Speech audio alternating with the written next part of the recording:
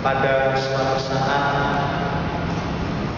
seorang guru yang mengajar di kelas 1 SD memberikan tugas kepada anak-anak muridnya. Anak-anak, sekarang tolong tuliskan dalam sebuah kertas siapa yang paling dekat dengan kamu dan juga yang paling kamu sayangi. Lalu kemudian anak-anak mulai sibuk menuliskan nama siapa yang paling dekat dengan dia dan siapa yang paling disayang. Ada seorang anak yang dia kelihatan ragu-ragu mau menuliskan sesuatu, dia ragu. Dia berpikir lagi, diam lagi. Mau menuliskan lagi, ragu-ragu. Lalu pada akhirnya anak itu menuliskan kata mama. Lalu ibu guru itu meminta supaya apa yang sudah dituliskan itu dikumpulkan. Lalu dibacakanlah satu persatu. Ketika mulai dibacakan satu persatu, si anak ini merasa gelisah dan tidak tenang. Kemudian dia dengan paniknya tunjuk jari kepada gurunya. Lalu gurunya heran dan bertanya, ada apa? Tolong yang saya tulis digantikan. Lalu dicari. Kamu menuliskan kata apa? Lalu mau diganti nama apa? Tolong diganti anjing.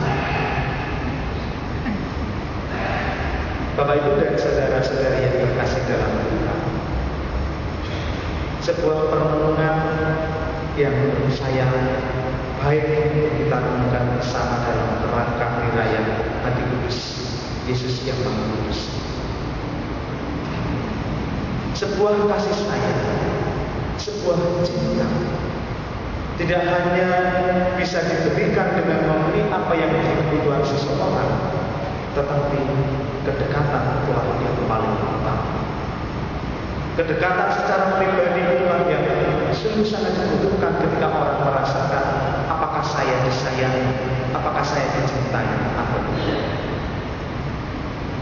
Di dalam cerita makna tadi itu sangat mungkin terjadi ketika seorang anak tidak merasakan sentuhan secara pribadi seorang ibu, tetapi mungkin dia dalam kesehariannya lebih sering, lebih dekat, mungkin juga curhat kepada anjing piaraan. Para saudara dan saudari yang terkasih dalam Tuhan, pada hari ini kita diajak oleh gereja untuk merenungkan tentang misteri hati Yesus yang Maha Kudus. Sebuah misteri yang berbicara tentang bagaimana Allah sebenarnya mau menyapa, mau mendekati dan mau mengungkapkan kasih sayangnya kepada manusia ini melalui sentuhan pribadi kita masing-masing. Allah mau menyapa kita secara langsung. Allah mau menunjukkan kasih sayangnya kepada kita secara pribadi kepada kita. Bapak Ibu dan saudara-saudari yang terkasih dalam Tuhan, di dalam bacaan pertama di sana ditampilkan akan Allah yang penuh kasih.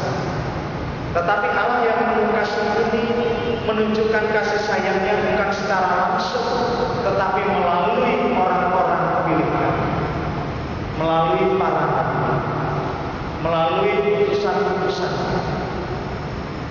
Maka sejarah keselamatan, sejarah kasih Allah di dalam perjanjian lama senantiasa kita renungkan melalui seorang orang. Bagaimana perjalanan suatu bangsa pilihan ketika mereka mengkhianati, mereka meninggalkan, mereka menyangkalkan Allah, kemudian Allah selalu memilih seorang tokoh untuk menunjukkan betapa Allah itu sebenarnya mengasihi mereka. Di dalam bacaan pertama kita tadi diajak merenungkan Allah menunjukkan kasih sayangnya melalui Nabi Hosea.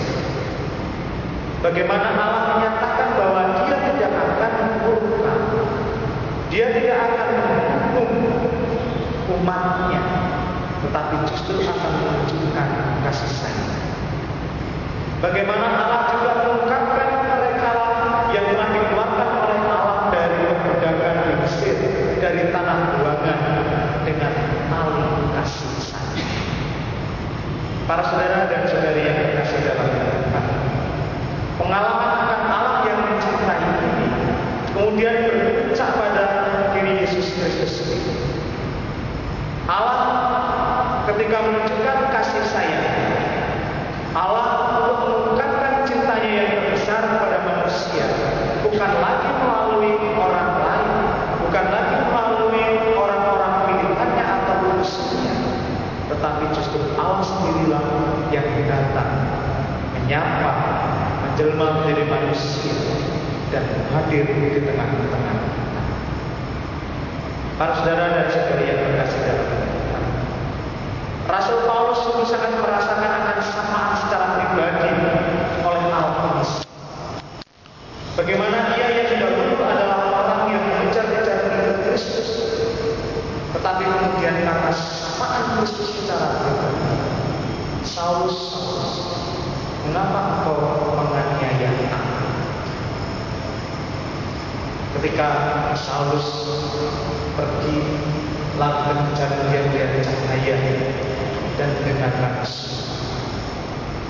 Padahal yang dikejar-kejar dan dianiaya adalah orang-orang para pengikut Kristus pada waktu itu. Tetapi justru Yesus mengatakan, Saulus, Saulus, mengapa engkau menganiaya aku? Sebuah ungkapan yang dimana Yesus sendiri merasa bahwa setiap dia